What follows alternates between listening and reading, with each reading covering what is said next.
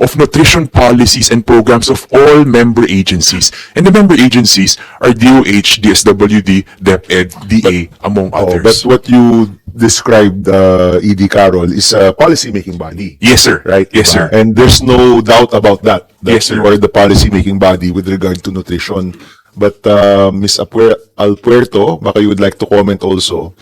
Kasi ako, I used to run the National Youth Commission, no? And that was always the question: are you an implementer or are you a policy-making body?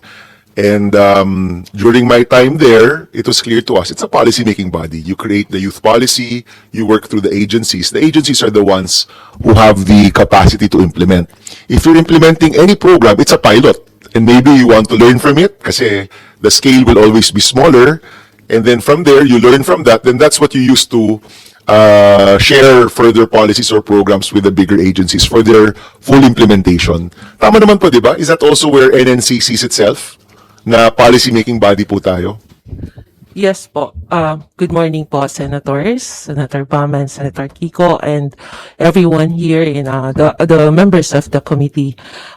Actually, kami po sa NNC ay nalilito na din.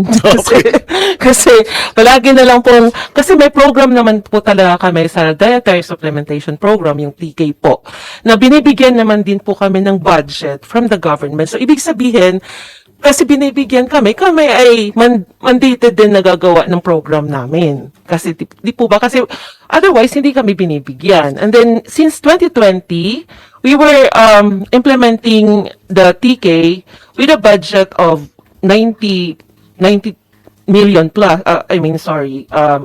Nahanap ko lang yung numbers. And then, until ngayon, 2025, binibigyan pa din po kami ng budget. So, ibig sabihin, we are capable of implementing. However, baba po siya ng pababa. Pero sa Pipan provinces lang po kasi ito. Exactly. So, yes, ang implementation po ninyo is so limited. Yes. Di ba? Ang layo po niya dun sa talagang need natin that you would need a DSWD or a DOH or a DILG to implement it. So the way I see it, no? Kasi again, I was exactly in your position in the National Youth Commission before. Pagdating sa bagay about nutrition, tayo dapat ang nagbibigay ng kaalaman sa aming lahat. Di ba? About nutrition sa DepEd, sa DSWD at lahat. Pagdating sa mga programa, to normalize the programs, it has to go through the agencies. Because you will never be able to reach the real number that we need to reach. But through implementing these programs on a smaller scale, you can learn so much and you can share that with the agencies. No? So, para sa akin po, siguro para maging mas malinaw rin, at least kami, kung pumupondo kami, the little funding that we give for small programs is for you to learn and to assess, di ba? But you should really focus on your policy side, which is dapat lahat ng ahensya, especially the ones with the feeding program, they should have the right data and the right information pagdating sa hinahabol nating nutritional values for the children or for our citizens, no? Opo. So ako, I wouldn't worry too much because clearly, hindi nyo maaabot yung scale na kailangan nating maabot eh. Tama ba ako, Secretary? The only ones who can reach that are DSWD, DILG, DOH, and DepEd? Yeah. Mr. Chairman, two things.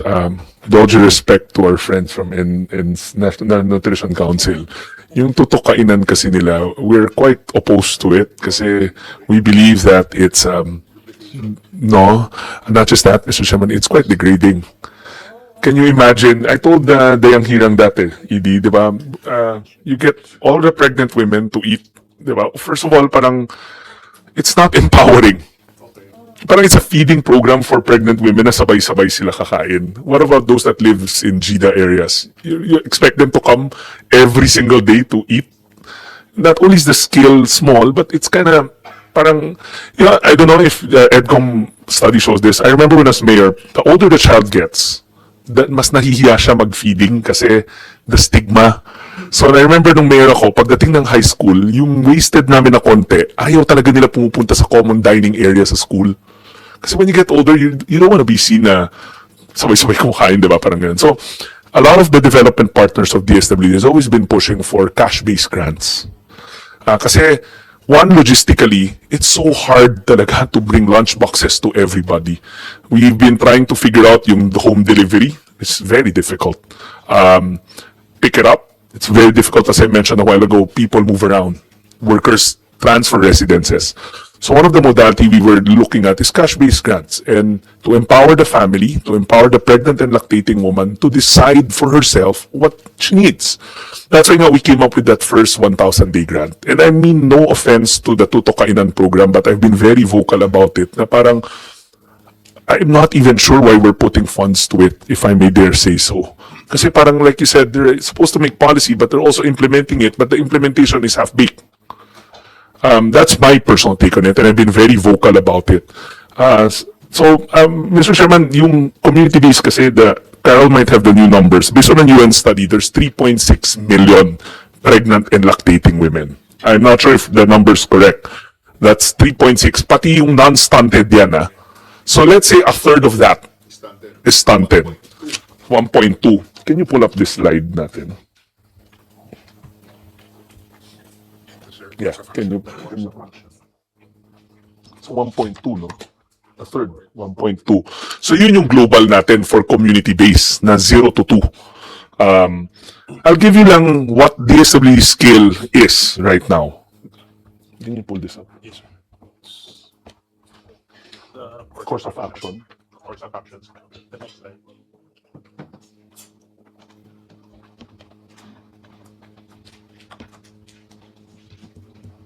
Yeah.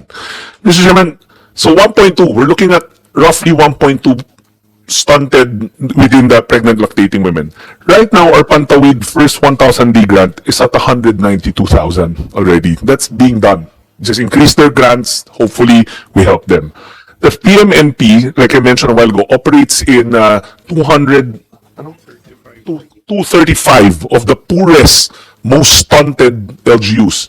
The database I mentioned to you a while ago, in tracker, tumatakbo na ho, we know that there are 395,000 pregnant and lactating women there. Yan, hindi lahat sila stunted, but we're assuming kasi mataas ang stunting rate dun eh. So, and then we have this small program in DSWD that we inherited, na we keep on running. It's a community-based feeding program operating in the Barm area. It's a community feeding, sila rin nagluluto, but maliit lang ho yan. So this by itself already is half of what we are looking at.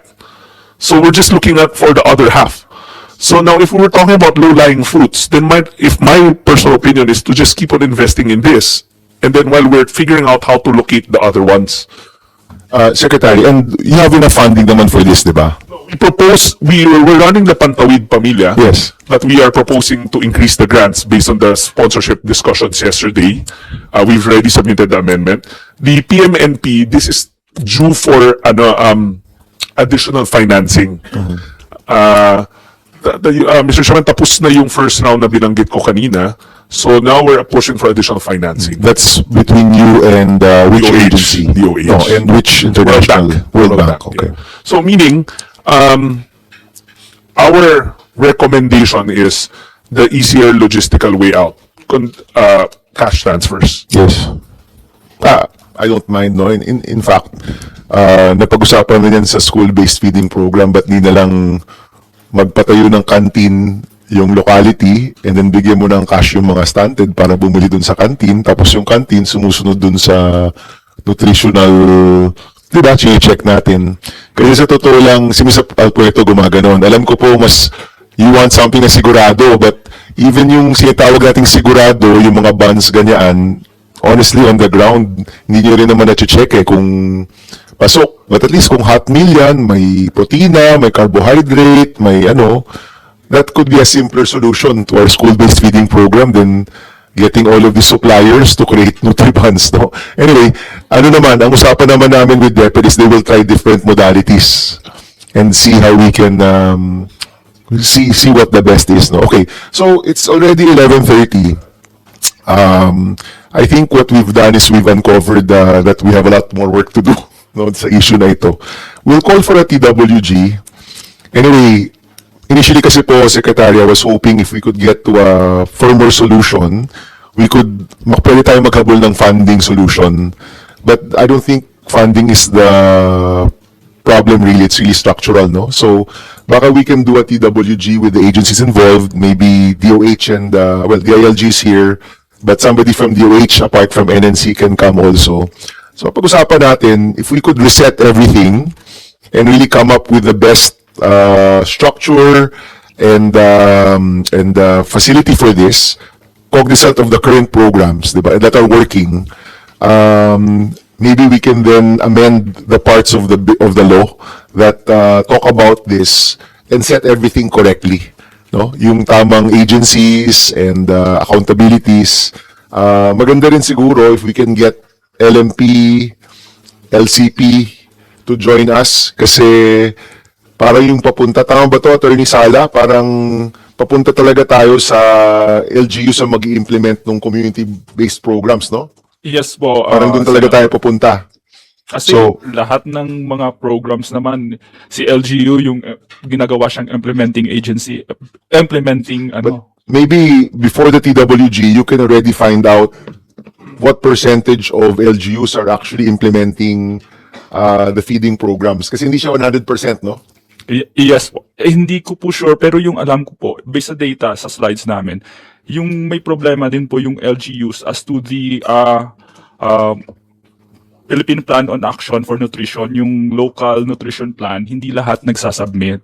So, yung local nutrition plan. So it's likely kung di ka nag-submit, malamang wala kang feeding There program. might be problem with your nutrition programs. So we can use it as an indicator on how many LGUs are actually implementing the feeding program, no? Kasi ito, ang na-imagine ko kasi si NNC can provide the guidelines. Ano yung dapat na ipakain sa mga bata in different formats, 'di ba? Kung ano ba to, droplets ba to, juice ba to, gatas ba to, or what, 'di ba? And then DSWD or DOH, depending on kung anong gusto ni Secretary, can be the monitoring, di ba? And then the implementer can be the LGUs. The ILG can incentivize the LGUs doing the feeding programs, or it can be one of the indicators, but we can also mandate na kailangan gawin siya. Kasi kung ganito katindi yung problema, nakakabahala na we don't have a clear solution right now. No? To be fair, yung school-based feeding, a lot of work has been put into that. Marami pa ring issues, but at least there's something, di ba? And medyo na-imagine natin how it's gonna be done. Ito kasi there's still so much to be done, and I don't think we'll be able to resolve it now. I also don't think we'll be able to come up with a what I had intended, which was a fast break suggestion to finance to see if we could fund this, but it's not funding, no. It's really structural. So let's maybe we can have a TWG next year. Pag-usapan natin to. Doc Carol might be joining us from the agency side already, di ba? Who knows? But tama ba to? We'll call on DepEd, or hindi na kailangan ng DepEd dito? Actually, hindi, no? Hindi kailangan. It's really DOH, DILG, DSWD, and NNC as an attached, and then ECCD as attached also. So 5. And we'll use the committee as the forum to meet. Secretary, you can, sino po ba yung mismo on top dito na USEC or ASEC? Dalawa sila. Si Yusek Sulit is the planning, but the actual implementation is Yusek Romualdez. Okay. So that's why I brought the two of them today. So maybe po in January, we can have the TWG then. And let's start, let's look for what the best structure is. Kasi sometimes, sabi nga si NNC, ang raming mga batas, ang raming mga executive order, we accommodate what's already there. But the law can actually be a reset, no? And we can take a step back, draw up the best plan, the easiest, simplest, and clearest way to get the objectives done. And we can use the committee and the bill as the way forward for this, no? I'm sure na pag-uusapan nyo rin to sa cabinet secretary that this problem is a big problem already, or napag-usapan na actually. And I don't mind that we try to reconfigure ourselves to address this. I think we can take few months to figure this out, and then for 2027 kung kailangan ng bigger funding like what we've seen with the classrooms or with the school-based feeding program, we'll push for it then. Okay. Secretary, maybe we can have the last word for today. Mr. Chairman, thank you again for giving DSWD a chance to speak out. ako, I feel bad for seeing the tutukainan, madam, pero nothing personal. It's been my personal advocacy to flag it down, but